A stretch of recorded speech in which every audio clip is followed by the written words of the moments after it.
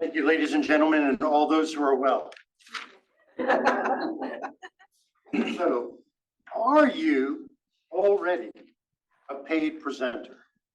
Raise your hand if you are. Raise your hand if you are. Paid presenters. Do organizations hire you to speak? For free.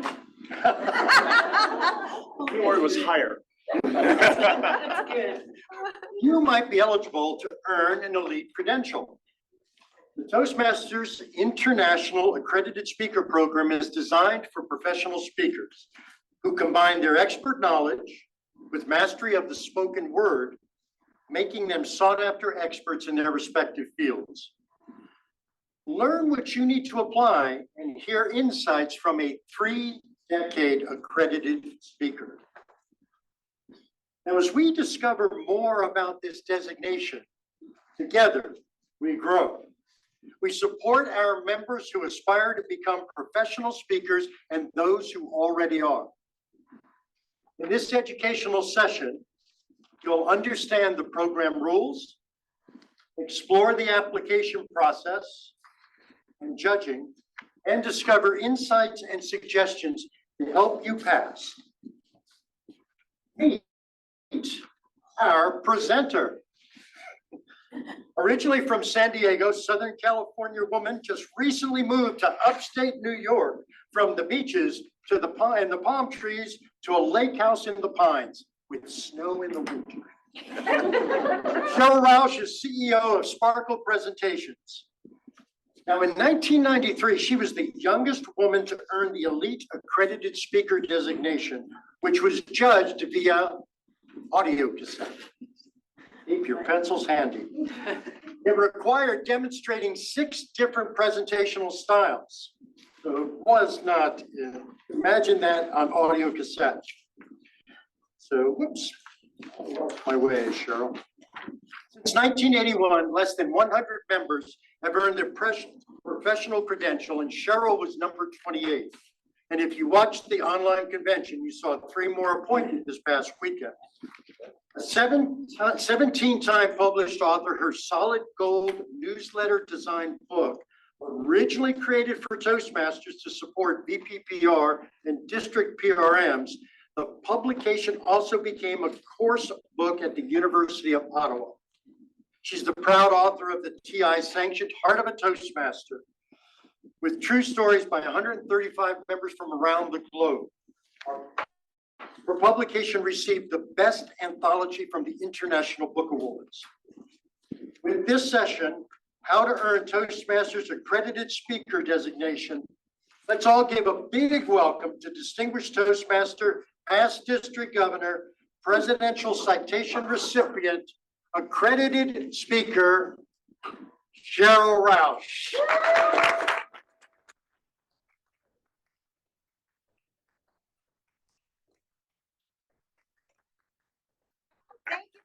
Participation. Thank you for being here. Thank you, Cisco, too. Thank you very much for sponsoring the entire TLI and for bringing me out here from New York back to California.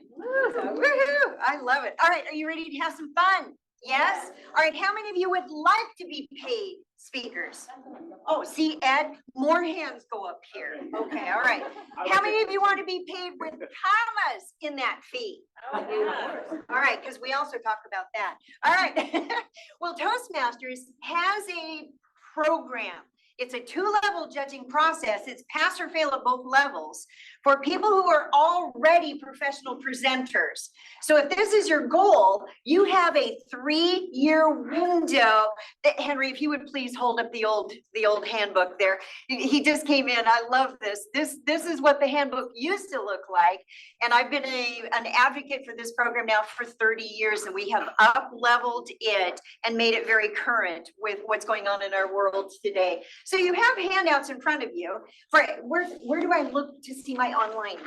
Where do I look? Where do I look? Where's our camera for? Hi. Hi. Hello. Just the camera. Okay. Pardon my bum. Okay. Wonderful. So feel free to download these. And I believe the chat master is also, thank you. She's on it. Thank you. So download this is the official handbook. Everything, almost everything you need to know is in there. Otherwise, I'm going to fill in some gaps for you here too. And we'll also have some Q&A with this. So this is TI's program regarding professional presenters and the credential that goes with it. And not everyone passes. It's half of 1%, by the way, that ever pass it the very first time or even ever. That's me. Painfully shy. That might be hard to believe, right? Well, then I don't know what I was thinking, but in high school, I was the commissioner of pep leading the pep rallies. That's more believable, right? But remember your icebreaker? Not eating, not sleeping, nothing for 3 days before. Same thing whenever I would lead those 2,000 person pep rallies. Oh boy. And then I was at a business networking meeting. You'll hear more about this in the Speechcraft program and how I learned about Toastmasters. Well, that is the actual building where I wandered in one day and became a Toastmaster. And it was during a Speechcraft program 36 years ago. Wow. I'm still here. So I'm going to teach you why and how Speechcraft works to build your clubs. All right, so that's some of my story. But then we need to use our speaking, and our buddy Darren LaCroix tells us, don't just speak inside of your club. You need to take the skills that you've learned inside of this organization, inside of your club, and go out into the world and make a difference. Do I have an amen here tonight? Amen. All right, thank you. All right, so then I started speaking at networking associations because on the application, you need to have 25 speaking engagements outside of Toastmasters, 20 or more people, 20 or more minutes. And then we've also like the money. Okay, so then get outside. How many of you are already speaking outside of Toastmasters, right? Where do you speak? Conferences. Conferences. Where else? Who speaks? You had your hand up. Elaine, where do you speak? At school, I teach. Okay, so as a lecturer. All right, so then here's one caveat to the program that you cannot speak as part of your job as a professor or a lecturer. However, you have plenty of other topics that you speak on at other conferences. Those all count. Great, who else? What do you speak? Where do you speak? Go ahead. I've spoken at the Moth. Okay, wow. Nice. so there you go. Who else? I've been moderating at work, but I don't get paid for it. And moderation does not count toward the accredited speaker program, but do it anyway. Gives you great practice and stage time. So you definitely want to do that because there is a talent. Now you combine emceeing with the keynote presentation, it counts for the keynote. Cha-ching, as Lance Miller, our world champion, would also say. This is my largest audience to date. It was 5,000 people in the sports arena over in Salt Lake Palace in Salt Lake City, Utah.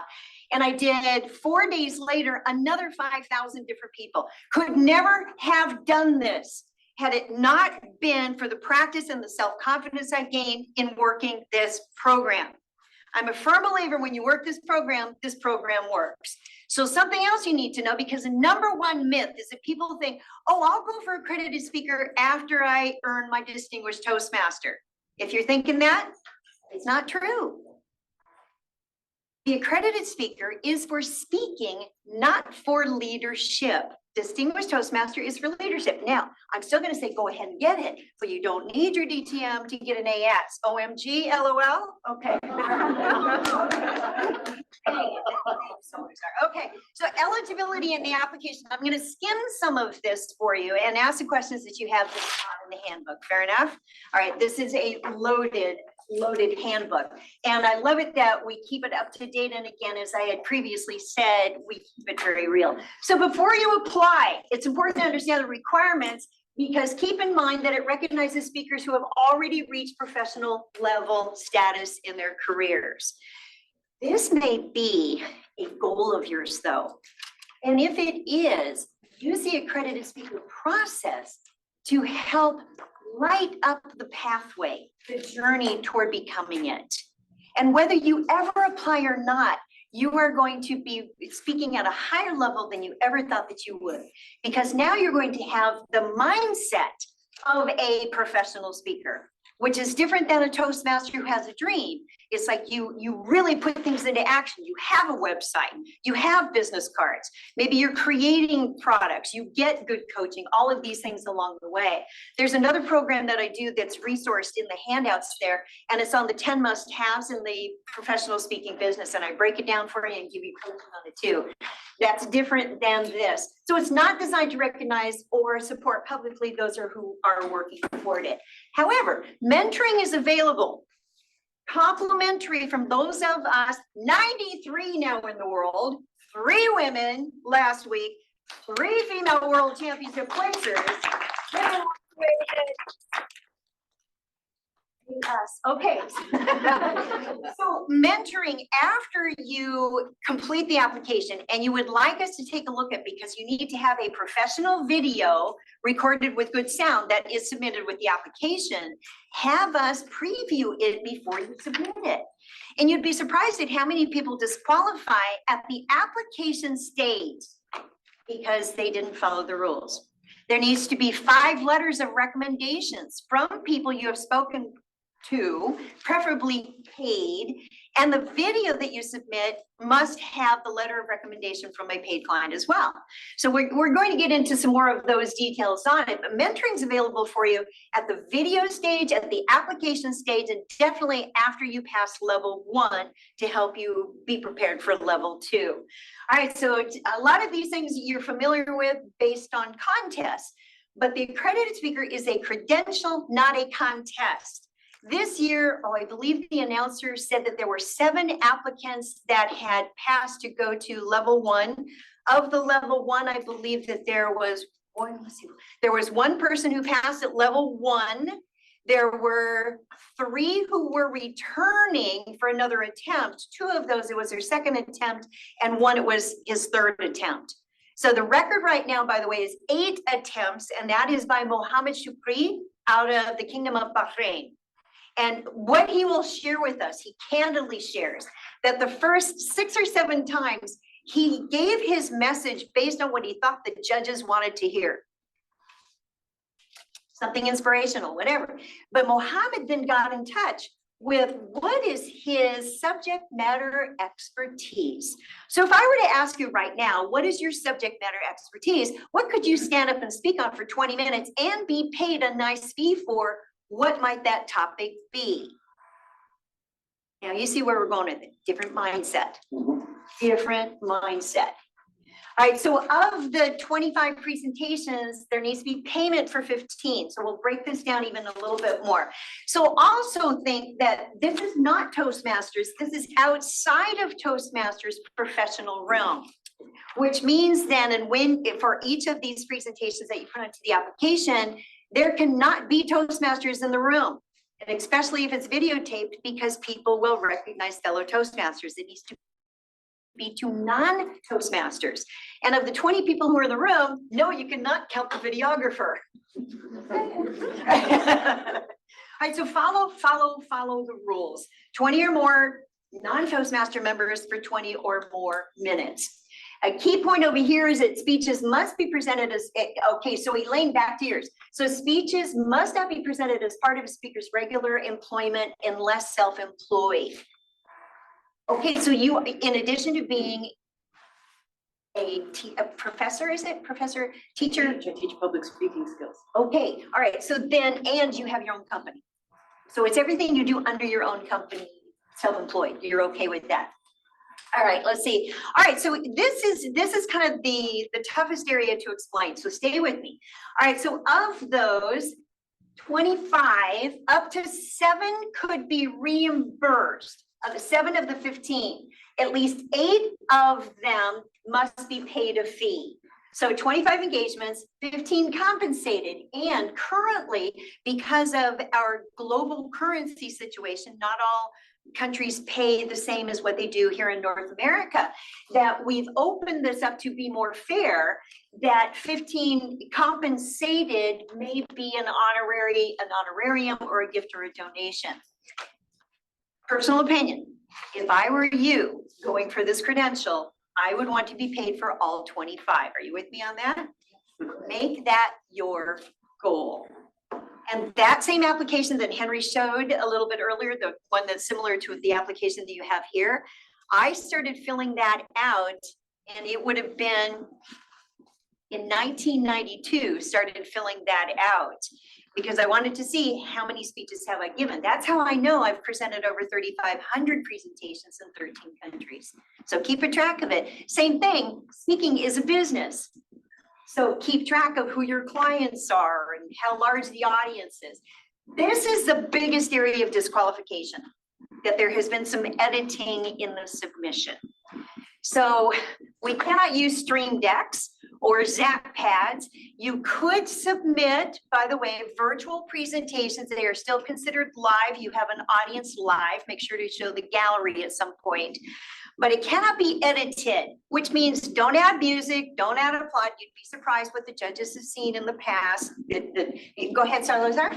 Yeah, actually, they're asking if you can move over closer to the lectern because they're not able to see you online. Oh, you like the outfit? Thank you. All right, so then it cannot have any editing whatsoever. And the judges want to have the full-on experience as if they were in the room with you. So if you're using slides, then you can save your PowerPoint slide deck as a PDF and submit that so the judges can see everything. You may use flip charts. You may use white marker boards. Just make sure to have screen captures of them so that the judges can see. And then from the filming, then you also want to make sure that it shows the full size of the audience on that. But there have been a lot of disqualifications in the past because of editing. And it must include a professional introduction, just like what Salazar did today. Professional introduction, that goes into the video, but it does not count towards your 25 to 60 minutes, by the way. And thanks to Darren LaCroix, because we expanded, it used to be a 45-minute maximum. And Darren came back and he said, but wait, my keynotes are 60 to 75 minutes.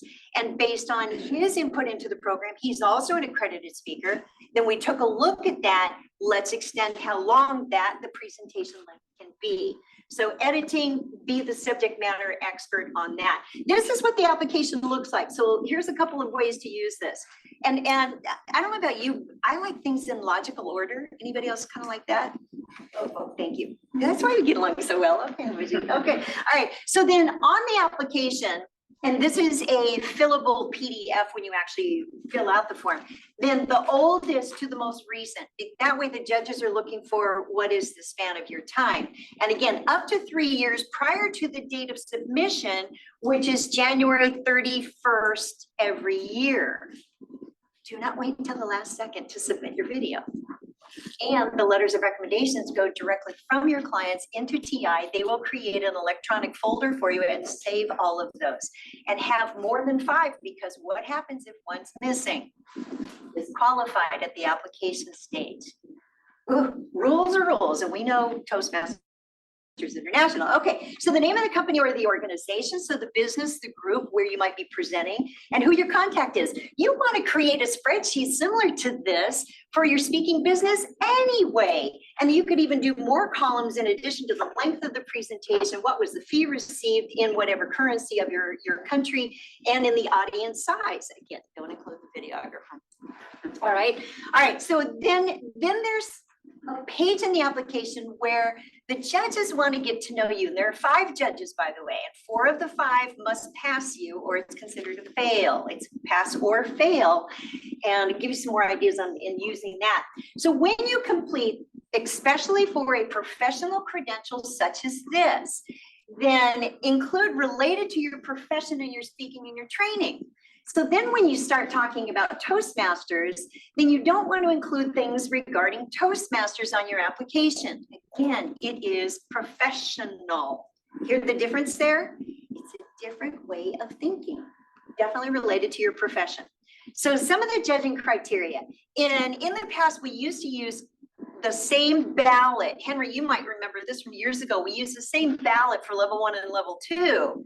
Well, now we have 2 different judging forms because we're looking for additional things inside of the presentations.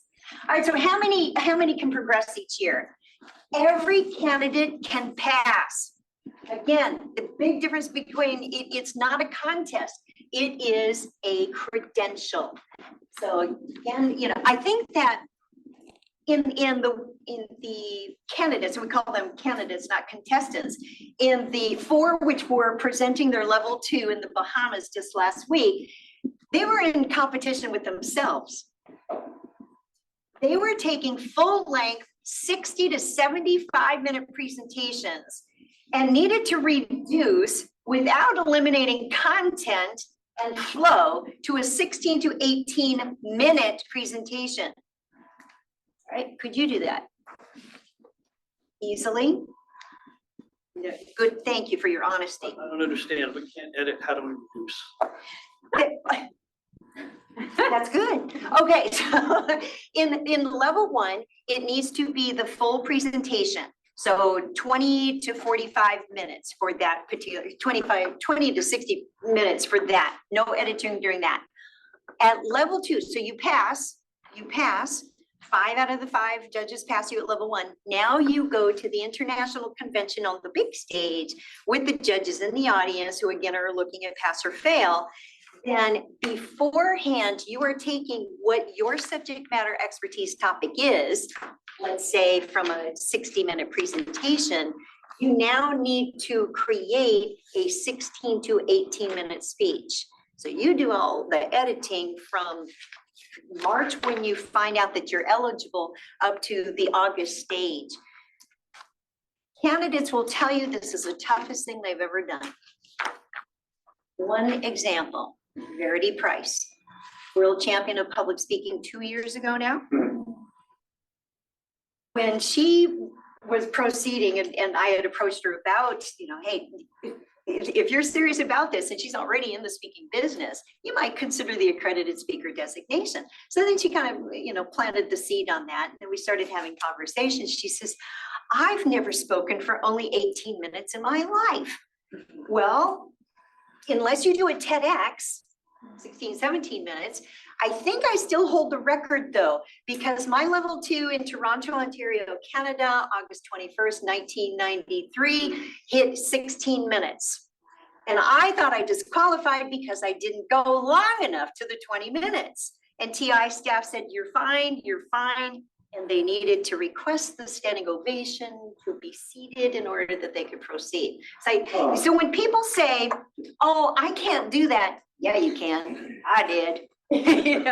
So yes, it can be done. That no longer stands up. Okay. So, and I'm hoping that a younger female will go for this and beat my age on that as well. So it's a professional designation. Is it worth going for? All right, somebody in here is thinking that. Who's thinking, is it worth going for? Because you're hearing some of the rules and the regulations and everything, is really earning the accredited speaker something worthy? Yes. And I can tell you straight away that what it did for my self-confidence, I applied to be an independent contractor for 2 international training companies, Skill Pass seminars and Career Track seminars, and both wanted to hire me. And I went with one of the companies and then the other one stole me away from the other one. So what it did for my confidence, and then plus putting it into your biography where it says youngest female or the 28th out of 93 accredited speakers honored globally in 146 countries out of 4.6 million people, it kind of sounds good. Kind of sounds good. And you can add that to your bio then. So you have copies, or if you download the application, then you can see how the judging forms are provided here. Bottom line, so I'm going to cut through what's in that you can read. These are the questions that the judges are asking as they are judging at both levels. Would I hire this speaker? You want a clear? Yes, thank you. Okay. Would I refer the speaker for a paid engagement? Yes.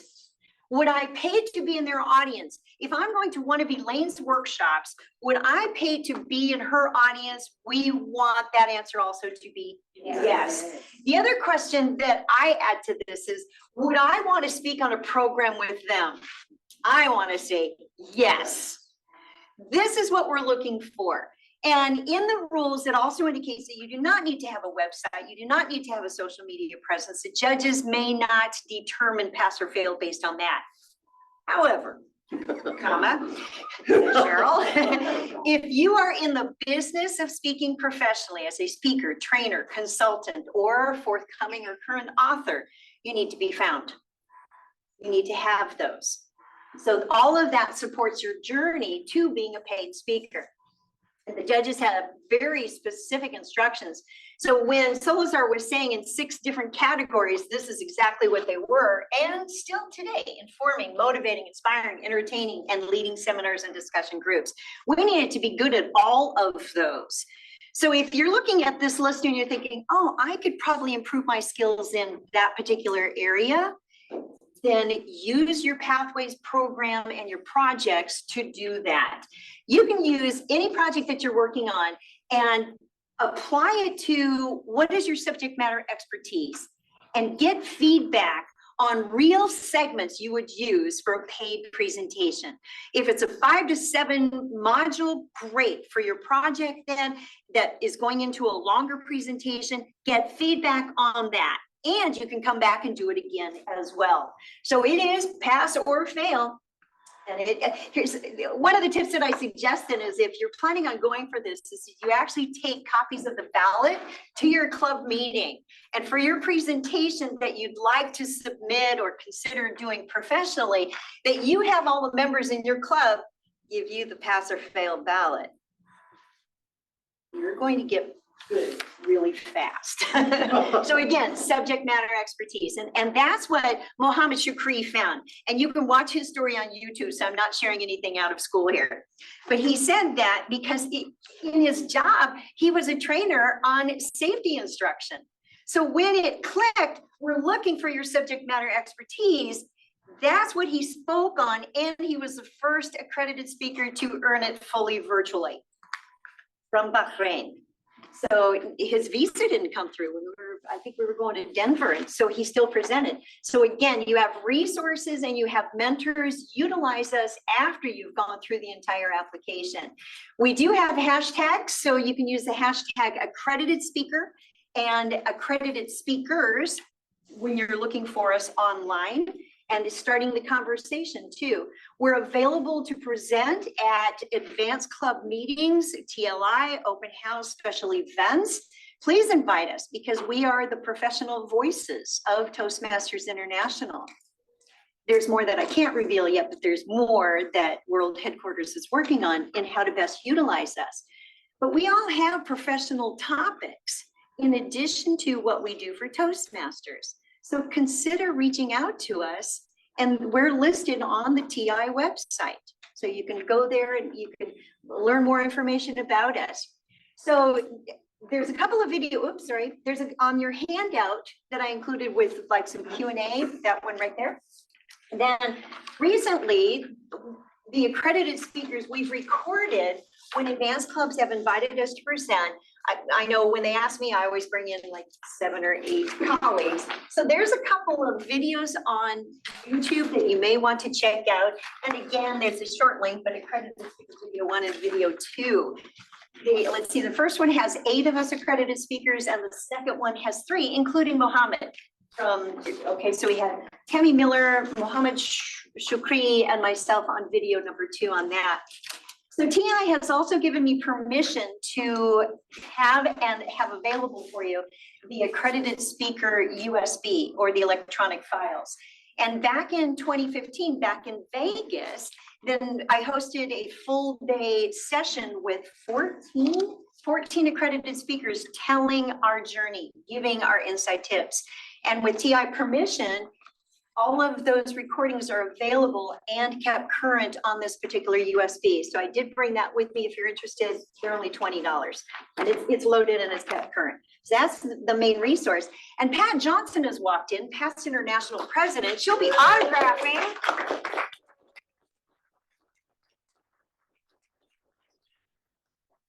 We'll be happy to autograph copies of the Heart of a Toastmaster book here this weekend, by the way. The International Book Awards Best Anthology, Yay Us for Toastmasters. And the Solid Gold Newsletter Design Book, so we also ship some of those here for you this weekend. They're also only $20. And it's loaded, it is visually loaded with everything that you need to know for designing newsletters and brochures. This was one of the sessions that I was saying. So I did a District 101 special, $29. So if you're interested in the 10 must-haves to get going with your speaking business, take advantage of this, because then I'm your personal coach with this and for the next program too. If you really want to be found and hired, how are you promoting yourself? And that one's $49 because it's really tailored. And that's also on the handouts there too. So let's take a look at then, what questions might you have and some additional insights I can share. If you're thinking, I might be eligible, raise your hand. I might be eligible. You might be eligible, all right. How many of you are thinking, I'm gonna take a closer look at this? Okay, there you go. All right, was it the money? Okay. All right, what questions might you have? Go ahead. A few questions about payment. You said you have to be so professional speaker, you mean you have to be paid. Money. So 3 questions. That one, is there a minimum amount?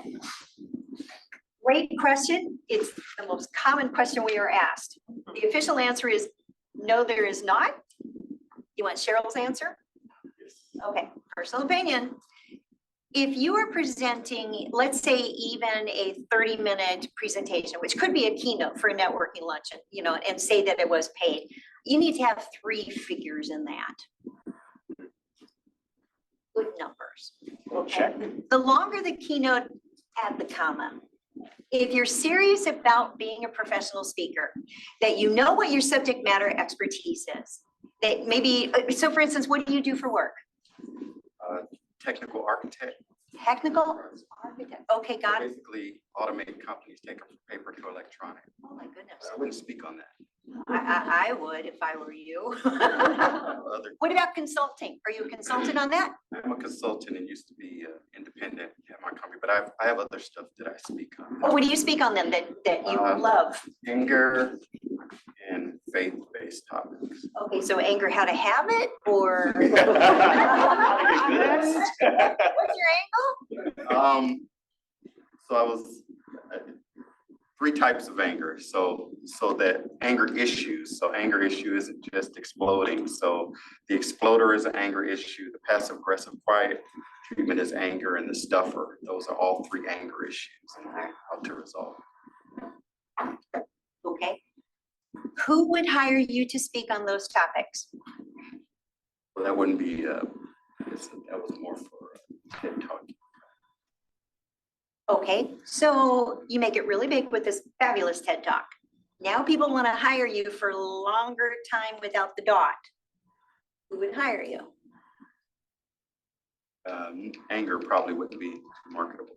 Actually, it is. It is.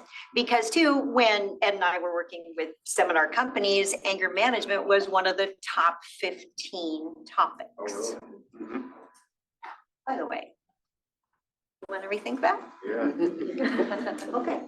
Into that class, you'll get all kinds of ideas. Okay. The toughest thing that I think for us as, well, as human beings perhaps, but definitely as a speaker, is how do we set our worth? How do we put a dollar sign in front of what our time is worth? So I'll suggest that it's not just an hour presentation, it's the 30 years that went into it. Is the additional hundreds of hours of thinking about it, of being a problem solver. See, people pay us to help solve their problems. The bigger the problem, right, Ed, the more they pay. He's a top consultant, in addition to being a world champion and a really good speaker. So. There's no hate here. There's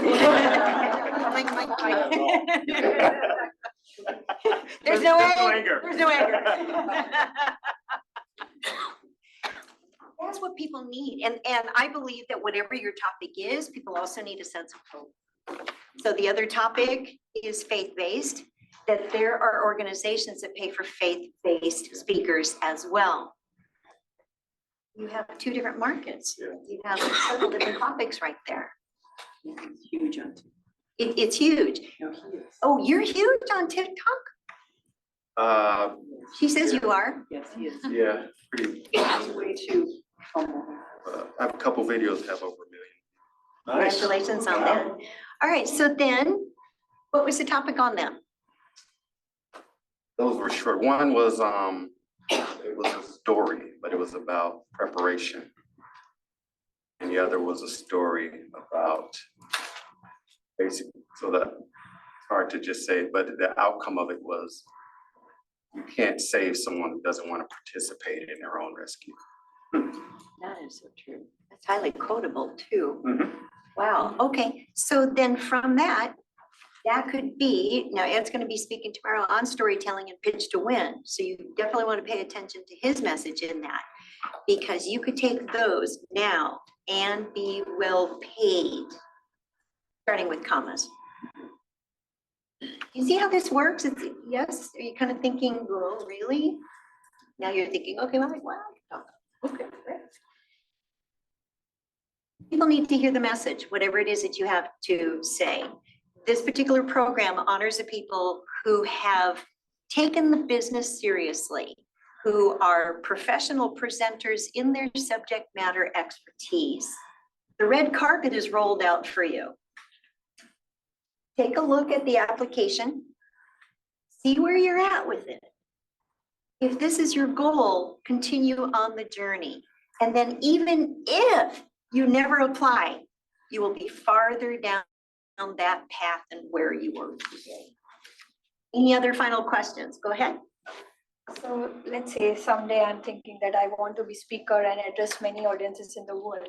Now, for me to get paid, there should be the topics that are of interest currently. But what if I want to talk about some awareness or something to change the society, for which, I mean, I didn't even intend to get paid. I just wanted to make a difference. Thank you. Please do. And then, Speak on those. right, Don't follow the hot trends. Be the visionary.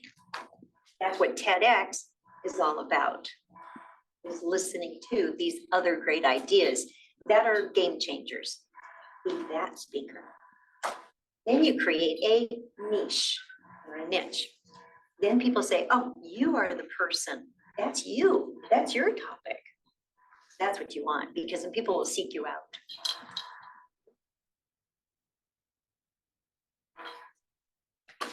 Okay, are you, like, any other, go ahead, go ahead. So some organizations, they, in lieu of paying, they may buy 1,000 of your books or buy some of your products. Does We have that that too. count? It doesn't count on the application. Oh. We still like the money. Well, for me, I write books to make a difference, to leave a legacy that's gonna help other people well after I'm gone. For me, that's what it is. It cannot apply onto the application though. No consulting, no emceeing, no products, no, none of that. Speaking. And here's a good way to think about it, because and someday this may be one of the policies that's implemented on this particular program, to submit a photocopy of each of those checks for payment of the speaking portion of the event. It may. Could you do it? Yeah, well, that could be just as crystal clear as it is. All right. I think that we're going to, Salazar, I'm going to return to you, and I think that we're going to take a short break before the next presentation, which is on Speechcraft, correct? We're good? We're good? Are you inspired?